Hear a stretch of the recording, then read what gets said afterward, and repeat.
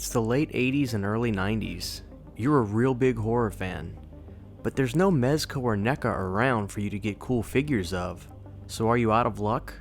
Well, not exactly. Before you could go online, go to Walmart, Target, or your favorite small business shop to get a cool horror figure of high detail, model kits were the way to go, and in the 60s and 70s, they were all the rage. In the late 80s, when horror hit a fever pitch, a company called Screamin would start to introduce high-quality model kits based off of your favorite characters. Details are scarce, but what I found is that during the late 80s is when they first appeared, and one of the first figures that they would do is a Friday the 13th Jason figure.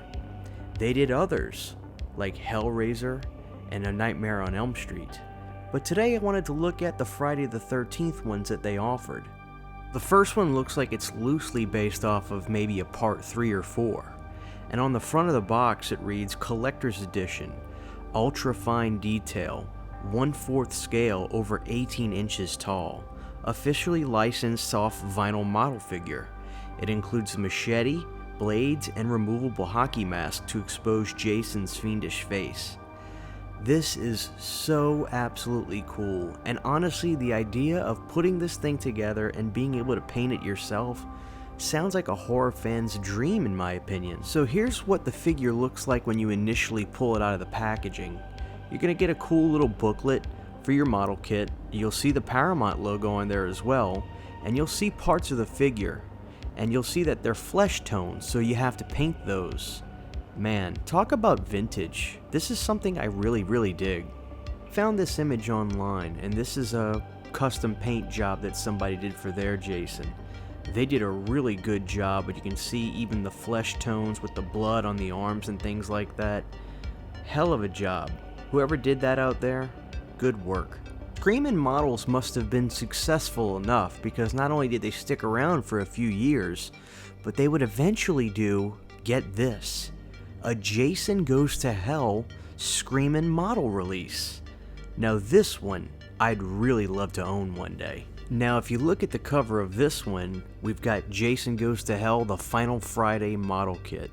It's got a really cool purple hue on the box, and on the right side it reads, officially licensed, highly detailed vinyl model figure, 1/6 scale, over 11 inches tall. Features machete blade, illustrated instructions included. And it also has a gold little emblem from Topps Comics that reads, free inside, limited edition collector's trading card from the Topps Comics adaptation of Jason Goes to Hell. So I found this cool advertisement that maybe came from a comic book or something, but it's really cool.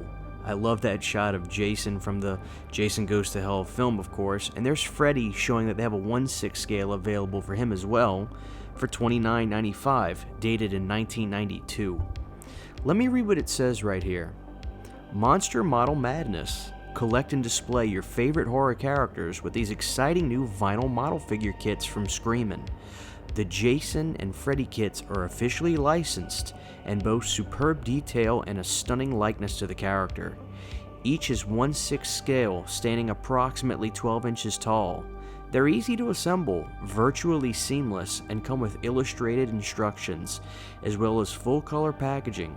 Start your collection today and keep watching. Pinhead is coming soon. So that's really cool. So I found a few model kits here that were painted up. This first one looks pretty good. This Jason has more of a blue suit than what he has as like a gray suit in the film, but it's a solid job.